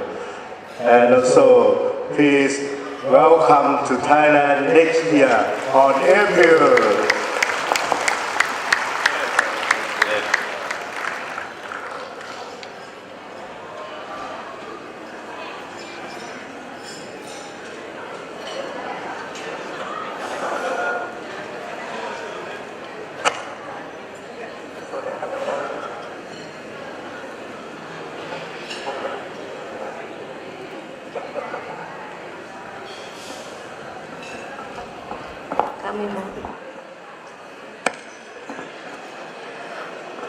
Pak Sugianto, kami mohon untuk tetap di tempat karena akan kami lanjutkan penyerahan bendera estafet dari Kapengda Bali untuk diserahkan kepada Bapak Ketua Umum dan dilanjutkan untuk Ketua Pemda Sumatera Utara.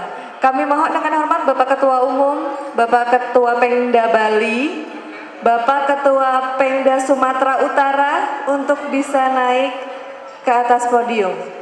Ya, kami undang sekali lagi Pemda Sumut Sumatera Utara beserta jajarannya untuk bisa. Setelah tadi diumumkan next agenda selanjutnya di Thailand, maka kami juga mengumumkan bahwa kegiatan pari selanjutnya tahun depan akan diadakan di Sumatera Utara beserta jajarannya. Monggo. Maaf ini bukan di Jawa ya, jadi monggo. Ya. Untuk kegiatan workshop dan rakernas selanjutnya ada di Pemda Sumatera Utara. Baik, dari Ketua Pemda Pari diserahkan dulu kepada Ketua Umum untuk patakannya. Ini menandakan bahwa kegiatan pari tahun ini yang dilaksanakan oleh Pemda Bali bisa kembali ke Ketua Umum dan dilanjutkan dari Ketua Umum ke Pemda Sumatera Utara. Ya, untuk workshop dan rakernas di Medan.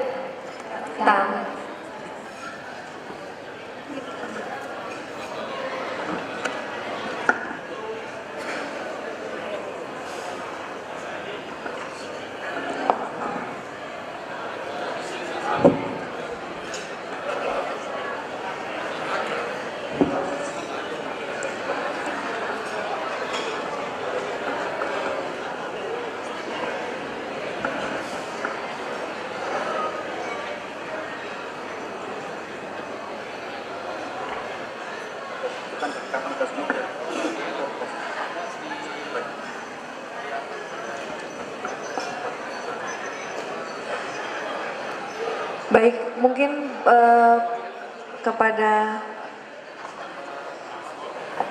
Bapak Ketua Pemda Sumatera Utara bisa sedikit memberikan sambutannya.